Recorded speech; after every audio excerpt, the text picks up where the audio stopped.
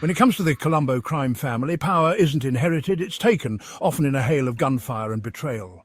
The 5 deadliest mobsters of the Colombo family carve their legacies with bloodshed and brutality, each one more ruthless than the last. These aren't just men who climbed the ranks, they're predators, leaving a trail of bodies and broken lives in their wake. Let's dive into the brutal history of the Colombo family's most fearsome enforcers, starting with Victor Orena, the man who dared to spark a mob war against his own boss and paid the price in blood. From calculated hits to explosive showdowns, these are the men who redefined treachery and terror in New York's underworld. Victor Orena, born August 4, 1934, emerged from a youth clouded by tragedy and discipline. The death of his father left a void filled by the streets of New York City, which hungrily swallowed boys like him whole. Reform school loomed over him as a harbinger of the rough life ahead. It was not long before he saw the allure of men who wore suits, not for business, but for blood. Wise guys who had come from the same dirt as him now stood tall, commanding respect and fear. Their shadows were long, and Victor stepped into one willingly. In the early 1970s, a time when the Mafia's books were officially closed, Carmine Persico, head of the Colombo Crime Family, saw something in Victor. Behind the sharp suits and polished shoes, Persico detected a cold ambition, and against the rules, Orena was made. A rare honor in a world where opportunity was locked behind iron doors. His rise was swift. Brooklyn, Long Island, New Jersey, all became his playgrounds. His reach extended deep into labor racketeering, a field where the price of failure wasn't just financial, but fatal. But the climb to the top was always fraught. Orena learned this early, in November 1989, when he sanctioned the murder of a Colombo soldier, Thomas Osera. The tension in the family was already simmering, but Osera had crossed a line, skimming mob profits, exposing their secrets to the cops. For that, his life was forfeit. Gregory Scarpa, an enforcer with a death grip, strangled Osera with piano wire, a silent execution befitting the betrayal. The act should have cemented Orena's authority, but as the wire tightened around Osera's neck, the ropes binding Orena to his own downfall began to fray. The streets had grown restless, and whispers filled darkened corners of bars and clubs. Orena's stance against narcotics, a moral line in a business with no ethics, began to isolate him. His allies grew wary, some readying themselves to strike from the shadows. But Orena pressed forward. He expanded his alliances, most notably with John Gotti, the notorious boss of the Gambino family. Together, they crafted deals that made their families millions, their wealth spreading like blood on the pavement. Yet the money only seemed to magnify the pressure. By 1991, Orena's ambition reached its zenith. Persico, imprisoned for life, was dragging the family down with him. Orena, with the support of his closest allies, decided the time had come to make his move. It was a matter of survival, of power, of ensuring the Colombo family wasn't sunk by one man's pride. But the Mafia lived by ancient traditions, and to dethrone Persico, Orena needed to garner the support of the family's capos. His consigliere, Carmine Sessa, was instructed to poll them. But in this underworld of loyalty and deception, Sessa didn't just betray Orena, he sounded the alarm straight to Persico himself. The first fall came swiftly, June 20th, 1991, a day that would be carved into Orena's memory. He drove down his quiet Long Island street, the comfort of his neighborhood a fragile illusion. In the rearview mirror, Orena noticed something off, something lurking. A parked car, its occupants not belonging in his familiar world. He recognized them, his heartbeat quickening as the grim realization washed over him. They were hitmen sent by Persico. Without hesitation, Orena floored the gas pedal, his car roaring down the street. The gunmen never had a chance to pull the trigger. By the time they recovered, Orena was gone. A narrow escape, but an escape nonetheless. The war had officially begun. In the months that followed, the streets of New York ran red. The Colombo War escalated, and bodies began to pile up. On November 18, 1991, Orena struck back. A team of killers was sent after Scarpa, the man who had once been Orena's weapon, but had now turned against him. Scarpa, however, was no stranger to violence. His daughter and granddaughter sat in the car with him that fateful day, a grim reminder of how the innocent are often pulled into the crossfire of mafia blood feuds. As bullets sprayed the car, Scarpa managed to escape unharmed. Luck, fate, or sheer will, it was hard to say. But Orena's plot had failed, and the price for failure in this world was always steep.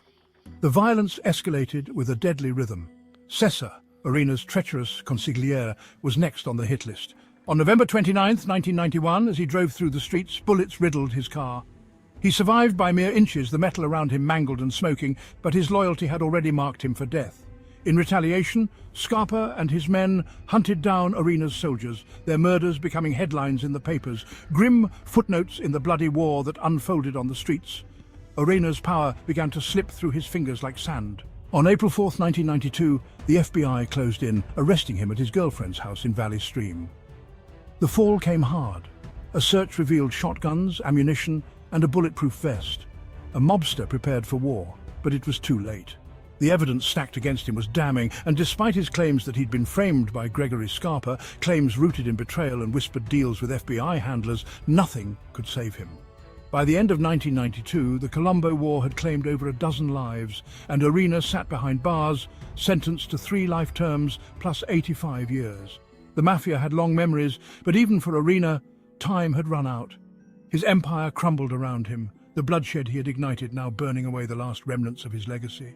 Years later, Orena, now a frail and broken man, would be confined to a federal medical center, suffering from dementia. He would live out his days not as the powerful mob boss he once dreamed of becoming, but as a prisoner of his own mind, imagining himself as the warden of the very institution that kept him shackled. His rise had been swift, his reign bloody, but his fall, like so many in the Mafia, was inevitable. The streets remembered, even if Victor Orena no longer could. In the twisted labyrinth of organized crime, where power is seized in blood and betrayal festers like an open wound, few names inspire fear like Thomas Salvatore "Tommy Shots" Gioeli. Rising from the ash-strewn streets of Brooklyn to a brutal reign atop the Colombo crime family, Gioeli's climb to power was not paved with deals or handshakes. It was baptized in carnage. From the whispered orders for cold-blooded executions to bodies riddled with bullets and buried in shallow graves, Tommy Shots carved a path of violence that left a trail of corpses, broken allegiances and shattered families. But as the bodies stacked higher, so did his sins, and the Mafia gods were waiting for their pound of flesh. Stay with us as we unravel the grotesque rise and bitter fall of Tommy Shots, where the line between killer and prey was blurred by greed and betrayal. In the smoky underworld of New York's organized crime, where bloodlines are as sacred as oaths and betrayal is punishable by death, Thomas Salvatore "Tommy Shots" Gioeli was a figurehead of both violence and survival. His path, littered with broken bodies and shattered allegiances, began under the wings of men whose names inspired terror in every corner of Brooklyn. Gioeli's rise was like the tightening of a noose, slow, inevitable and cold. The mid-1980s saw him incarcerated for robbery, a crime that in the grand scale of Mafia business was little more than an initiation rite. When he emerged from prison, reborn as a made man in the Colombo family, it wasn't the same Gioeli who had entered. The streets of Brooklyn, once familiar, now felt more dangerous. Loyalties were shifting, and each step forward felt like a step onto cracked ice. The weight of his choices began to sag the edges of his morality, but Tommy was ready for it. He quickly found his place under the eye of Capo Vittorio Orena, a ruthless leader whose Brooklyn faction dominated the Colombo family's earnings. Here, Gioeli learned the art of survival, absorbing lessons in both business and bloodshed. Yet behind the cold ambition, there was something human in Tommy, a flicker of guilt buried deep beneath the layers of hardened flesh. The killing of Veronica Zuro, a former nun, haunted him. It was an accident, the stray bullet not meant for her, but for Colombo mobster Joseph Perino. The whisper of her name, like a ghost, clung to the back of his mind. His confessions to close associates were sharp and fleeting. "I'm going to hell for that one," he would say, the guilt gnawing at him like a rat in the walls. But guilt had no place in a world ruled by power and violence, and in 1991, the wheels of fate turned again. The Colombo family split at its seams, torn between Orena and imprisoned boss Carmine Persico. What began as secret murmurs in dimly lit backrooms exploded into a full-fledged war, a bloody conflict where the air crackled with the sound of gunfire and bodies fell faster than they could be buried. Gioeli, ever the opportunist, initially backed Orena. But as the war dragged on and Orena's men were systematically slaughtered, the tides shifted. Like a scavenger on a battlefield, Tommy saw where the wind was blowing, and he switched sides to the Persico faction. It was a calculated betrayal. one that secured his survival but cost him a part of his soul. The killing of Frank Marassa was another nail in the coffin of Gioeli's conscience. Accused, falsely as it turned out, of aiding in the murder of a Colombo associate, Marassa was a marked man. The hit was quick but brutal, the kind of thing that leaves blood on the asphalt and echoes in the walls. Gioeli, alongside his trusted crew, stalked the night like wolves hunting their prey. The moment arrived outside Marassa's home, where bullets rained down on him, ending his life in a barrage of violence that felt as routine as any other day in the life of the Colombo family. The war raged on, and with each rise in tension came another fall into chaos. March 1992 saw another hit, the double murder of John Minerva and Michael in Bergamo. They sat unaware, confined in the quiet of a parked car on Long Island. For Gioeli, it was just another job, but for Minerva, it was the end. A soldier in Orena's camp, his fate was sealed the moment he chose the wrong side. His friend in Bergamo was just collateral damage. The scene was surgical, precise, the kind of killing where the trigger pull felt like just another business transaction. But Tommy's life of violence was not without its own moments of peril. Just 2 days later, he found himself in the crosshairs. Ambushed by rival Persico loyalists, the air thickened with the smell of burning rubber and gunpowder as a high-speed chase tore through the streets of Brooklyn. Bullets shattered the silence, ripping through the night and into flesh. Gioeli was hit, shoulder, stomach, the pain sharp and hot, yet somehow distant, like a reminder that death could tap him on the shoulder anytime it pleased. They called him Tommy Shots after that, a nickname born from the violence that defined him, the blood that marked him as both predator and prey. With Orena's arrest in 1992 and the execution of his last loyal soldier, Joseph Scopo, the war ended as all mafia wars do, with the finality of a closed coffin and the rise of a new king. Carmine Persico's son, Alphonse Little Alley Boy Persico, took control, and Tommy was elevated, a capo now, ruling over his own crew with the same cold efficiency that had kept him alive all these years. But every rise comes with a fall. In 1999, it was William Cutolo's turn.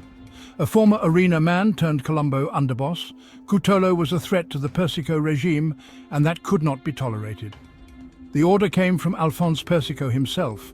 Cutolo had to die. Gioeli, ever the loyal lieutenant, set the plan in motion. Cutolo was lured to his death under the pretense of a meeting, taken to Saraceno's basement where Tommy Shots waited. The murder was swift, calculated. Cutolo's body was buried in an industrial park in Farmingdale, alongside another victim of Gioeli's, Richard Greaves, who had been killed years earlier for wanting out of the family. Here, in the darkened soil, lay the remains of men whose loyalty to the Colombo family had only bought them a shallow grave. As the years wore on, the weight of the bodies began to press down on Tommy. The indictments came, first in 2008, then again in 2010. One by one, his associates turned on him, becoming government witnesses in exchange for their own survival. Calabro, Competiello, men who had once killed alongside him, now testified against him in court. The courtroom was cold, sterile, a far cry from the blood-stained streets he had once ruled. The final fall came in 2014, when the gavel struck down and the judge sentenced Tommy Shots to 18 years in prison. His reign was over. The man who had climbed to the heights of the Colombo family was now shackled, reduced to little more than a shadow of his former self. Time, once his ally, had become his executioner. And so, in a low-security wing of the Federal Correctional Complex in Butner, North Carolina, Tommy Shots spent his days counting the minutes, hours, and days until his release. When it finally came in 2023, he was a ghost, a relic of a time when blood flowed freely on the streets of Brooklyn. But even then, somewhere deep in his mind, the nun's name still lingered, reminding him that no matter how many bodies you bury, you can never escape the ones that haunt you.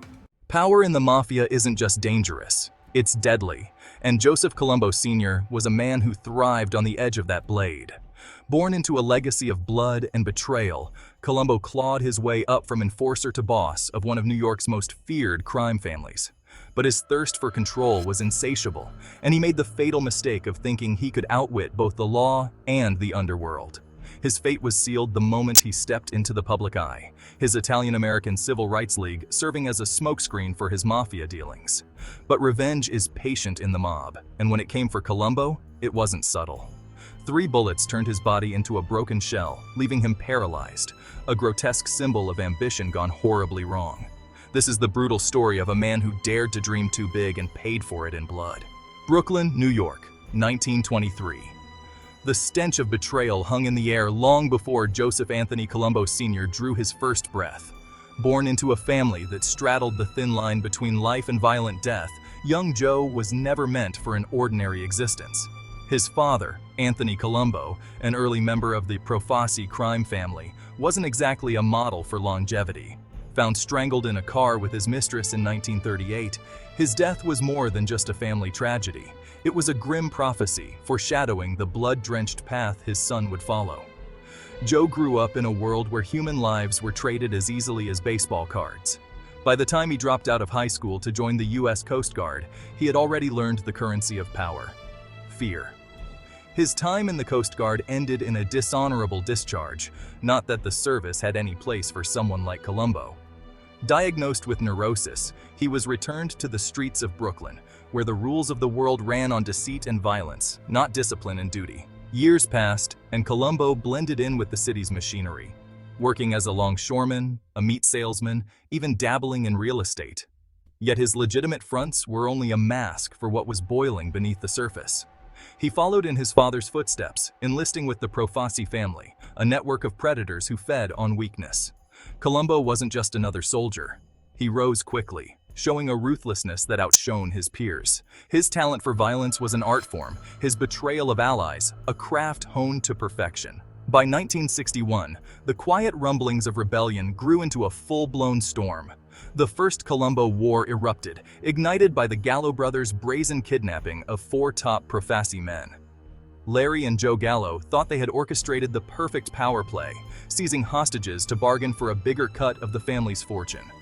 What they didn't account for was Profasi's cold patience, his thirst for vengeance, and his calculated cruelty. Weeks of false negotiations followed, each conversation dripping with lies. Profasi, ever the snake, promised peace while sharpening his knives in the shadows. And when his moment came, he didn't hesitate. August 20th, 1961. Profasi's gunmen cornered Joseph Joe Gioeli with a sinister invitation, a fishing trip, the kind from which no one returns. Gioeli was found riddled with bullets, his body left to rot like discarded bait. His partner, Larry Gallo, narrowly escaped strangulation in a sleazy nightclub, saved only by the flash of a policeman's badge. But this was just the beginning. The Gallo brothers had dared to challenge the hierarchy, and in doing so, had painted a target on their backs. The blood of 9 men would stain the city's streets as the war raged on. 3 simply vanished, their fates swallowed by the black maw of mafia vengeance. As Joe Gallo was carted off to prison in 1961, Profasi's luck ran dry. Cancer claimed him in 1962, leaving behind a vacuum of power. His underboss, Joseph Magliocco, stepped in, but not for long. Magliocco's fatal mistake was trusting Joseph Bonanno, who harbored dreams of reshaping the mafia in his own image. Bonanno's plan? To wipe out his rivals on the commission, men like Carlo Gambino and Tommy Lucchese, so that he could seize control. The plot was audacious, reckless, and doomed. Magliocco, tasked with killing Gambino and Lucchese, handed the contract to his best assassin, Joseph Colombo. But Colombo had his own ambitions. Sensing an opportunity, he betrayed his boss, revealing the plot to Gambino and Lucchese. The commission acted swiftly. Magliocco was exiled into forced retirement, his life spared, but his power stripped. As for Bonanno, he vanished into the wind, retreating to Canada before the commission's noose could tighten around his neck. For Colombo, the betrayal was his golden ticket. The commission handed him the Profasi family, now renamed the Colombo Family. At 41, Joseph Colombo Sr. became one of the youngest mob bosses in New York, a meteoric rise powered by blood and deceit. He wasted no time asserting his influence, styling himself as a man of the people. In 1970, Colombo founded the Italian-American Civil Rights League, a farce designed to mask his darker ambitions. It wasn't about civil rights, it was about control. On the surface, he was a family man, a defender of his people. But beneath the polished veneer was a man who thrived on chaos, who wielded fear like a weapon. His first rally drew 50,000 people to Columbus Circle, a tidal wave of outrage against FBI persecution of Italian Americans. But Colombo's public persona had its enemies. He spat in the face of Carlo Gambino, not just metaphorically but literally, during one heated argument over the league's activities. Gambino, the puppet master of the Mafia, was not a man who tolerated disrespect lightly. As Colombo's influence grew, so did the whispers of a reckoning. By the summer of 1971, tensions were at a boiling point. Joe Gallo, freshly released from prison, refused Colombo's offer of peace, demanding $100,000 as restitution for his years behind bars. Colombo balked, and war once again loomed over the Colombo family. But it wasn't Gallo who struck the first blow. It was Gambino. By June 28, 1971, the second Italian Unity Day rally was underway. Thousands gathered at Columbus Circle, chanting for justice, unaware that the day's spectacle would soon turn into a bloodbath. Colombo stood at the podium, smiling for the cameras, when Jerome Johnson emerged from the crowd. In a flash, Johnson pulled a gun, firing 3 shots. The first 2 hit Colombo in the chest, the third tore through his skull, ending his reign in an instant. Johnson was gunned down before he could even flee, his body crumpling beneath the weight of Colombo's bodyguards. The aftermath was chaos. Colombo was alive, but just barely. Paralyzed and trapped in his own body, he lingered for 7 years, an empty shell of the man who had once commanded fear and respect. His body wasted away, locked in a coma-like state. Gambino's revenge was complete. He didn't need to kill Colombo outright. The man's fate was far crueler, to live, but only just. On May 22, 1978, Colombo's body finally gave out. His heart stopped beating. His breath ceased, and his chapter in the dark, bloody saga of the Mafia came to an end. His funeral, a quiet affair at St. Bernadette's Catholic Church, was nothing like the spectacle he had once commanded. He was buried in Queens, his name etched into stone alongside countless other men who had played the game and lost.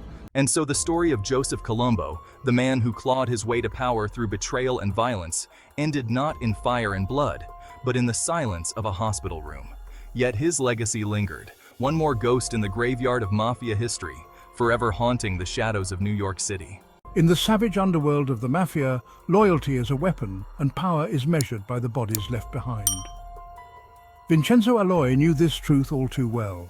Born into a family where murder was business and deception a survival skill, he clawed his way to the top of the Colombo family with the cold precision of a predator.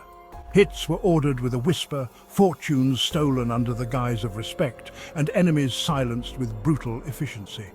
But as the blood pooled around him, Alloy's grip on power began to slip. The streets that once whispered his name now roared with betrayal, and the dark deals that had kept him alive would be the same ones to seal his fate.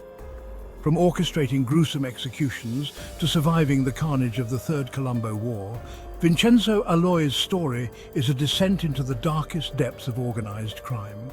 In the shadowed alleys of New York's criminal underbelly, Vincenzo Alloy's rise was not one of blazing triumphs, but of calculated steps, like the cold ticking of a clock, counting down to a fate as inevitable as death itself. Alloy, born into a world where the line between life and death was often drawn in blood, carried the weight of his father's legacy. Sebastian Buster Alloy, a revered caporegime of the Profaci family. But bloodlines were not guarantees in this world, they were burdens. The early days of Vincenzo's life are shrouded in mystery, but what is known is the sharp edge of tension that defined his every move.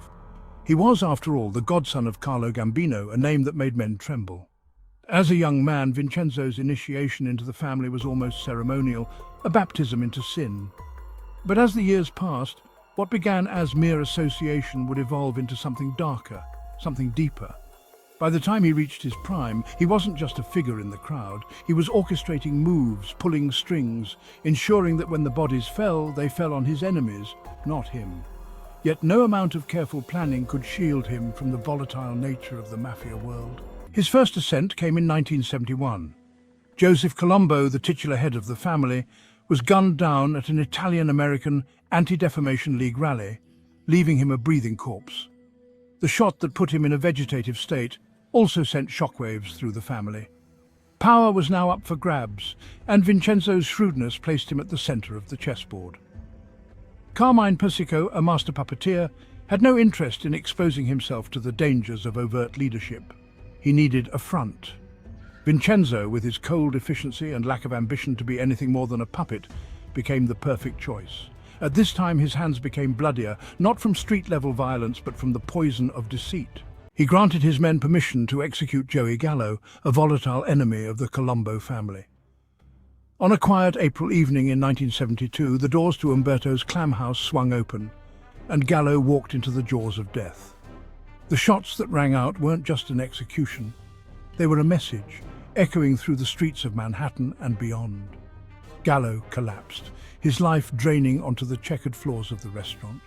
By morning, everyone knew who had sanctioned the hit, but Vincenzo was far from the line of fire, his role obscured by shadows, but shadows always flee in the light. As the perjury charges started to stack, justice soon followed. The law had been circling the Colombo family for years, waiting for a crack in the facade. That crack came with the testimony of FBI agents who, by coincidence or fate, lived within the same building where the Gallo hit was plotted. Their eyes had seen what the underworld dared not admit, that Vincenzo Alloy had been there, present in that grim, smoke-filled room where death was signed in silence. Alloy, of course, denied it. He spun his web of lies, desperately clinging to keep his grip on power. But the court wasn't the street, and here bullets were replaced by testimony and evidence. In 1973, the hammer fell. Convicted of perjury, Alloy was sentenced to 7 years in state prison. But this wasn't just a legal defeat, it was a signal. In the Mafia, prison was often seen as part of the game, but it also weakened the mind and body, exposing the cracks where betrayal could seep in. Alloy's power crumbled as quickly as it had risen. What had been a steady ascent toward control now teetered on the brink. The law had a way of wearing down even the toughest of men, and Alloy felt its weight in every waking moment behind those bars. After serving his time, Vincenzo was released in the early 1980s. The streets of Brooklyn were not as he had left them. The faces had changed, alliances shifted, but his name still carried weight. He returned to his crew, once again taking his place as caporegime, though the years had worn away much of his former vigor. He was no longer the fiery upstart who had ordered the death of Gioeli, nor was he the man who could sit quietly in the shadow of power, unchallenged. His decisions were now calculated, cautious, but in the Mafia, hesitation was as deadly as treachery. His fatal fall began with the eruption of the Third Colombo War. In 1991, Vincenzo found himself in the eye of a storm between Victor Orena, who dared to challenge Persico's iron grip, and the loyalists who stood by the imprisoned boss. Blood spilled in the streets, and even though Vincenzo stayed mostly clear of the battlefield, his name was always a whisper on the lips of both sides. His past crimes, his lies, his carefully crafted alliances, all were coming back to haunt him. But Vincenzo was no fool. He knew when to step back, to fade into the background when the knives were drawn. As the war raged, Vincenzo Alloy, once a key figure in the intricate web of Mafia power, became little more than a shadow of his former self. By the mid-90s, he was no longer a power broker, merely a relic of a past era. The final insult came when Persico, recognizing his old ally's diminished status, allowed him to remain as caporegime but little else. Alloy's time had passed, and as the blood continued to flow in the streets of New York, Vincenzo Alloy quietly slipped away into the twilight of his criminal career. By the time he retired to Florida, Alloy had survived multiple wars, indictments and betrayals, but his life had become a ghost story, whispers in the dark corners of a world he once controlled. His final years, spent in the warmth of the Florida sun, were a cold reminder that in the Mafia there are no happy endings, just death, prison, or quiet irrelevance. For Vincenzo Alloy, it was the latter. In the world of organized crime, few names provoke terror, like Alphonse Little Alley Boy Persico, heir to the blood-soaked Colombo dynasty. Born into a legacy of murder and power, he was groomed from the cradle to wear the crown of crime. His rise through the ranks was built on the corpses of rivals, his father's enemies crushed underfoot like discarded pawns. But Little Alley Boy was no mere capo. He was a puppet master, pulling the strings from the shadows as bodies piled up around him. From brazen assassinations to blood-curdling betrayals, Persico's thirst for dominance knew no bounds. But even kings of the underworld aren't untouchable, and the same lethal ambition that propelled him to the top would soon pull him down into a maelstrom of murder, conspiracy, and revenge. Strap in as we dive into the brutal saga of Alphonse Persico, a man whose reign turned the streets of New York into rivers of blood.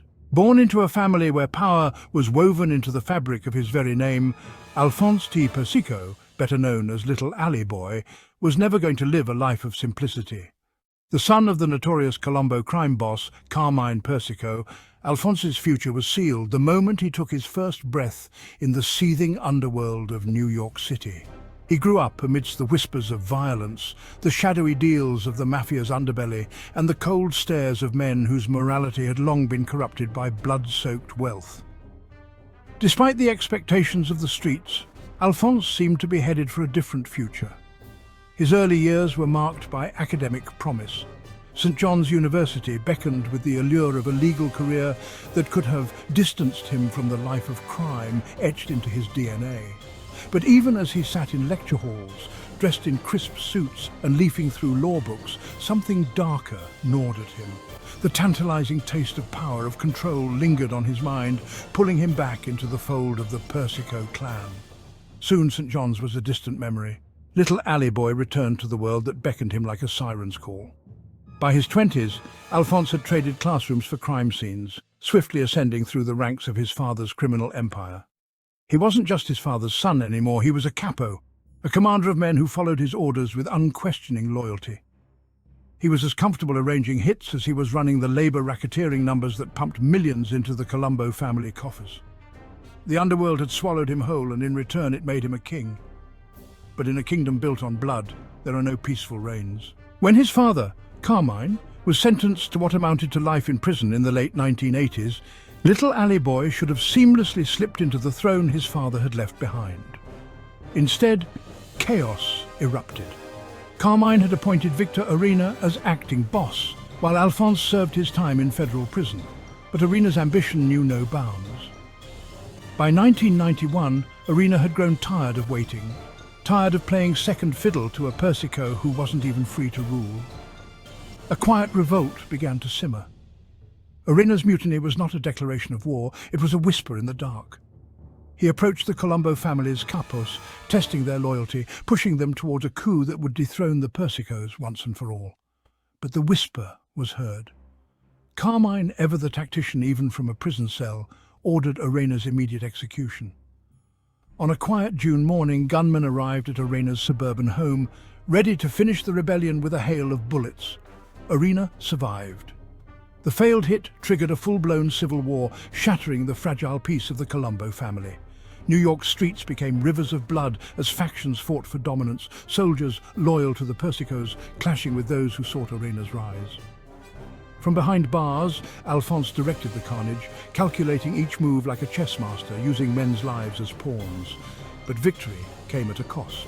In 1993, the federal government unleashed a legal barrage, indicting Alphonse for racketeering and murder, sending shockwaves through his empire. Despite the mounting legal threats, Little Alley Boy slipped through the cracks. By 1994, he walked out of prison a free man, his acquittal a testament to the corruption that lay embedded even within the FBI itself. The ghost of Gregory Scarpa, a notorious Colombo capo and informant, had cast enough doubt on the government's case to secure Alphonse's release. For a time, Alphonse Persico seemed untouchable. He revelled in his newfound freedom, retreating to the sun-drenched streets of Fort Lauderdale, where palm trees swayed lazily in the Florida heat, far removed from the icy streets of Brooklyn. But the allure of power was too strong. He could not remain in the shadows for long. By 1996, Alphonse had assumed full control of the Colombo family, its acting boss. Under his command, the family's criminal enterprises thrived once more, loan sharking, racketeering and extortion, pumping money into their coffers. But power in the mafia is never uncontested. The quiet luxury of Fort Lauderdale would be a distant memory as Alphonse's grip on the Colombo family tightened and enemies began to plot in silence. Alphonse Persico believed that with his father imprisoned, his reign over the Colombo family would be absolute. But loyalty in the mafia is a fickle thing, bought and sold as easily as the illicit goods that flowed through the family's operations. In 1999, Persico's underboss, William Cutolo, loomed large as a potential rival.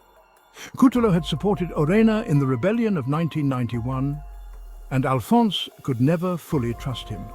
With Alphonse facing prison time once again for federal weapons charges, he feared that Cutolo would seize control in his absence. In the mind of a mobster, there was only one solution: eliminate the threat. The order was simple: bring Cutolo to the park, a meet in broad daylight. When Cutolo arrived on that May Day, he had no idea he was walking into a death trap. The streets of Bay Ridge seemed quiet, even serene, as Colombo hitmen Gioeli and Calabro waited, shadows in the distance. They led Cutolo away, down into the dark confines of Saraceno's apartment. The moment was quick, murder in the most efficient form. As the life drained from Cutolo's body, his killers buried him in a lonely field, his grave left undisturbed for nearly a decade.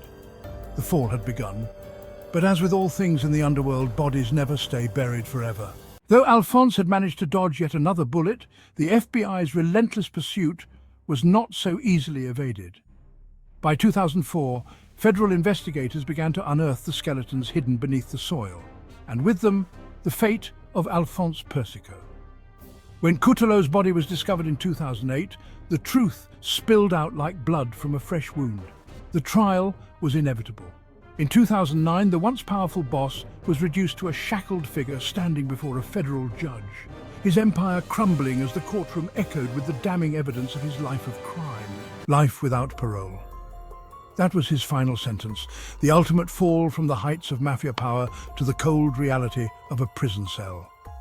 In the end, Alphonse Persico would never see the outside world again. The world of South Brooklyn, with its chaotic streets and dark secrets, was forever beyond his reach. Instead, he rotted in the confines of federal prison, the legacy of the Persico dynasty tarnished beyond repair. And as with all those who rise too high in the world of organized crime, the fall was inevitable, violent and final.